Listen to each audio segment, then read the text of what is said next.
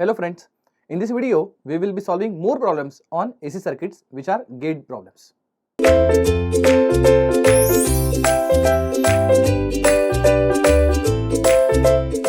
Question number 1 is now appeared on the screen.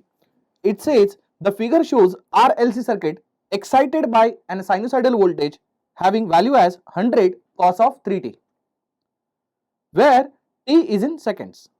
The ratio of amplitude of V2 by amplitude of V1 is, see, the supply voltage is given and as you can see it is a series circuit, am I right? In series circuit voltage divides.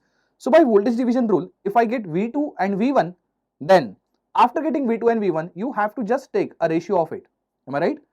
So what I'm saying may be sounding easy, but then it is quite lengthy also. Reason, if you have to find V2, it will be supply voltage into Z2 upon Z1 plus Z2. Whereas, if you see V1, V1 will be equal to supply voltage, let's say Vs into Z1 upon Z1 plus Z2. It is going to take so much time to calculate V1 and V2. We'll do some smart work here. I'll tell you what it is. See, by voltage division rule, we know V2 is supply voltage Vs into Z2 upon Z1 plus Z2. Whereas if you look at V1, it is simply Vs into Z1 upon Z1 plus Z2. Is that right? Let me say equation 1, equation 2. See what you want? You want amplitude V2 upon V1. So if you want V2 by V1, I'll say equation 1 gets divided by equation 2. So we'll get V2 by V1. Now look at V2. What is V2? It is Vs into Z2 upon Z1 plus Z2 whole divided by Vs into Z1 upon Z1 plus Z2. You can see the common terms can cancel out. What is remaining?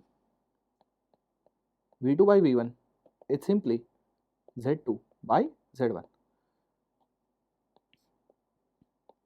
It means if you want to find V2 by V1, simply find Z2, simply find Z1, take a ratio of them and that becomes V2 by V1. I'm sure you got the approach. This is the easiest approach. Otherwise, finding V2 and finding V1 is going to take some time. And in gate problems, in fact, while solving gate problems, time is a very critical issue, right? Let's calculate Z2 first. Z2 I can say it is R minus JXC. Reason, it is series RC circuit, right? And what is the value of R? The value of R is 5 minus J 1 upon omega into C. What is omega? If you look at the question, omega is 3 and capacitor C is 1 by 36. So it becomes 5 minus J 12 ohms. This is the value of Z2. Now look at Z1. Z1 is simply RL circuit. So it is R plus J XL form. What is R value? It is 4 plus J. Omega value is 3 times inductor value is 1. It means it is simply 4 plus J3 ohms. What they have asked you, magnitude of V2 by magnitude of V1. So you should say it should be equal to magnitude of Z2 by magnitude of Z1. So V2 by V1 magnitude form, it is equal to, the magnitude of Z2 can be written as under root of real part square plus imaginary part square, which is 5 square plus 12 square whole divided by under root of 4 square plus 3 square. So if you solve this, you'll get 13 by 5, or you can write this as simply 2.6. So magnitude of V2 by magnitude of V1, it's simply 2.6. I'm sure you understood this problem. So the answer is 2.6. Let's move to the next question now. Question number 2 is now appeared on the screen. In the circuit shown, V is sinusoidal voltage source and current I is in phase with voltage V. If you look at this very carefully, I is actually supplied current, V is supplied voltage. When supplied voltage and supplied current comes in phase, I'm sure you must have recognized it is nothing but a resonance condition. In fact, it is a series resonance condition. So let's see what the question says. You have to calculate the amplitude of voltage across capacitor divided by amplitude of voltage across resistor. It means indirectly they are asking you magnitude of Vc by magnitude of Vr. You should know that magnitude of Vc by magnitude of Vr at resonance is always equal to Q, that is quality factor. This is only true at resonance condition. If you have seen videos based on quality factor, we have already derived quality factor is given as 1 upon R under root of L by C. This is valid for series RLC circuit. In fact, in parallel RLC circuit, everything becomes inverse. Like 1 by R is written as R and under root of L by C is written as under root of C by L. So whatever formula I have written over here, it is valid for series resonance now. So now quality factor is 1 upon R, where R is 5, under root of L by C, where L is 5 Henry, capacitor is 5 Farad. It means quality factor is simply 1 by 5, which is nothing but 0.2. In this case, look at this, equation 1, equation 2. It says quality factor equal to 0.2 and magnitude of Vc by magnitude of Vr is also Q. It means magnitude of Vc by magnitude of Vr is simply 0.2. So the final answer is 0.2. It's very easy sum it was. Let's move to the next problem now. Look at question 3 now. A series RLC circuit is excited with an AC voltage source.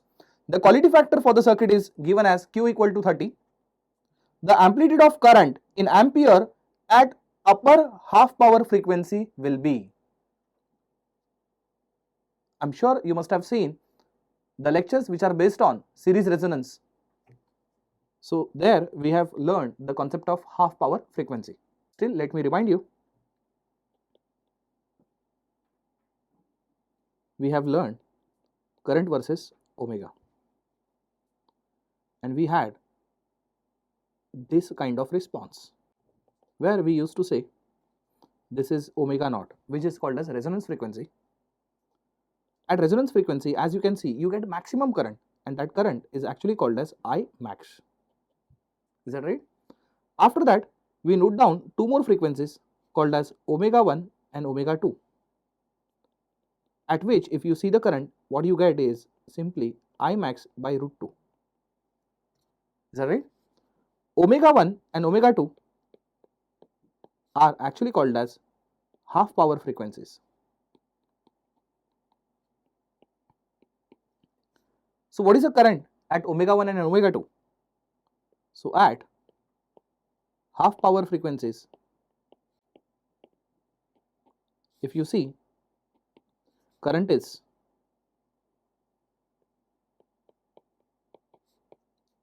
I max by root 2.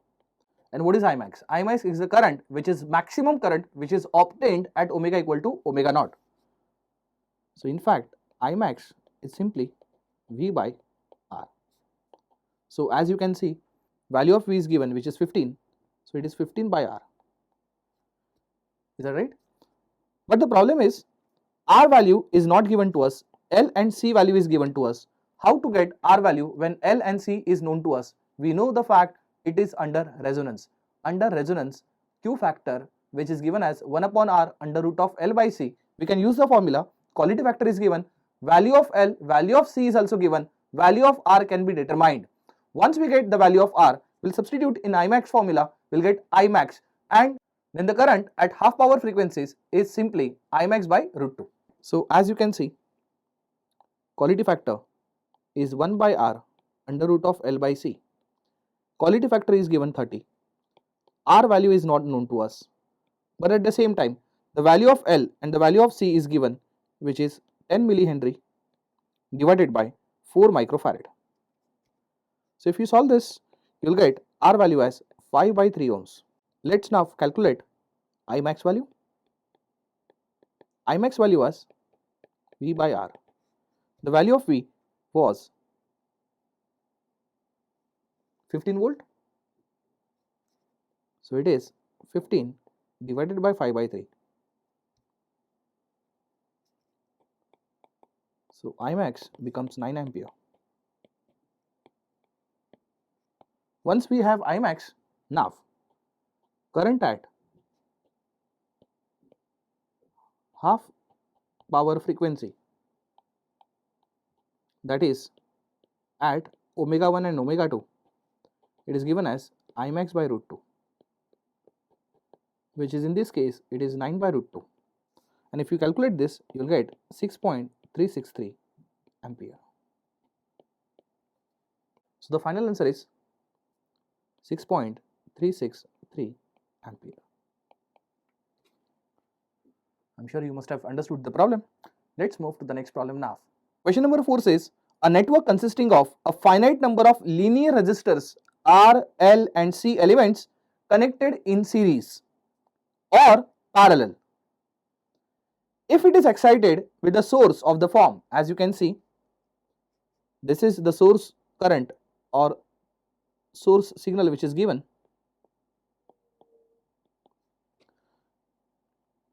The source has non-zero impedance if one of the following possible form of the output is measured across resistor in the network.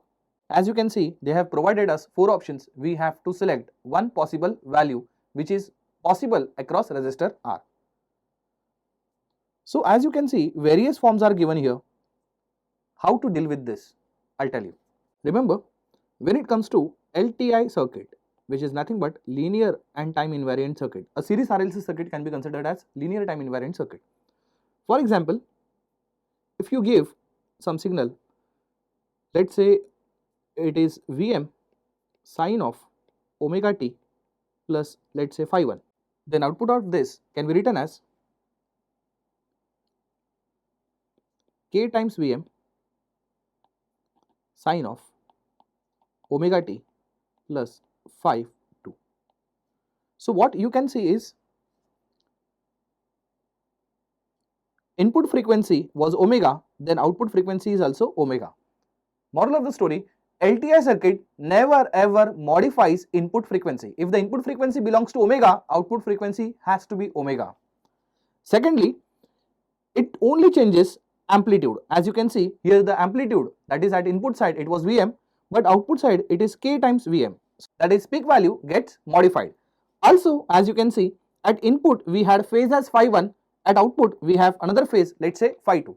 Means if you give a sinusoidal signal to any LTI system, it only changes its peak value as well as phase value, keeping input frequency same. So frequency is never ever changed. For example, along with this first input, if you provide another input having another sine term, then you should get 2 sine terms at output. It means for 2 different inputs, you should get 2 different outputs.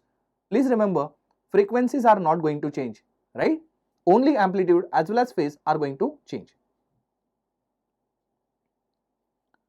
So what I need to do is, I need to compare input with various options, various possible outputs possible. Let's see, what I can do is, first of all, we will copy this, which is summation k equal to 1 to 3 ak cos of k omega naught t.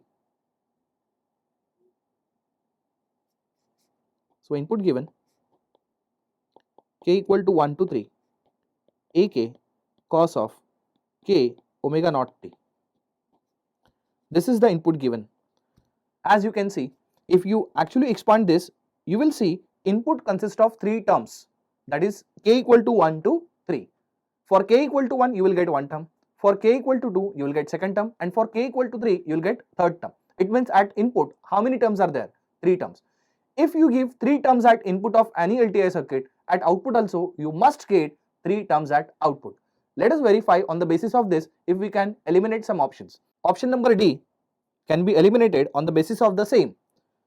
Because in option number D, you can see there are only 2 output terms, whereas in input we had 3 terms. So for 3 terms, you must get 3 terms at output. Option number D is eliminated on the same basis. Option number B can also be eliminated on the same basis, because at option number B it says there are 4 terms at output. It is not possible. If you give 3 terms at input, you must get 3 terms at output, being LTI system, right? Option number A and option number C have a competition, because option number A and C, as you can see, both of them are having 3 terms at output, right? Let's see what I can do now.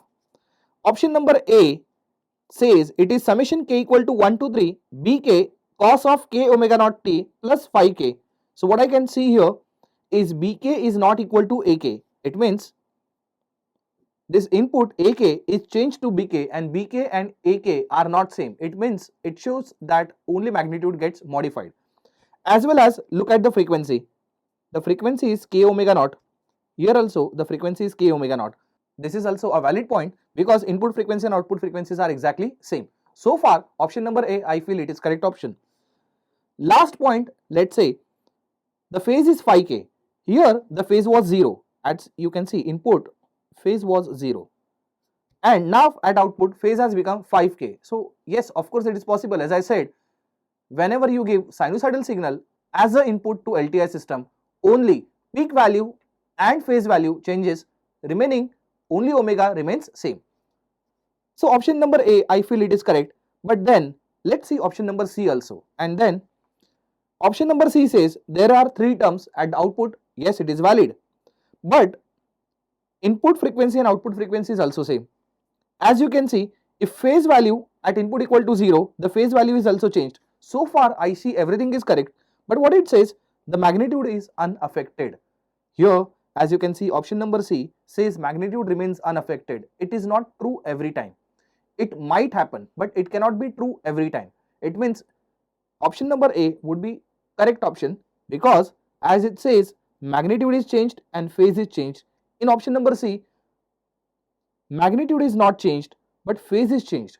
So change in phase is accepted, but magnitude remains constant every time cannot be accepted. I don't say that it is never ever possible. Yes, it is possible. In some circuits it is possible that magnitude of input and magnitude of output remains same. But every time we cannot claim so. So generalized speaking, option number C is incorrect. So option number A is the only correct option. All other options are incorrect. I'm sure you understood these problems. In fact, all the problems in this video. Thank you.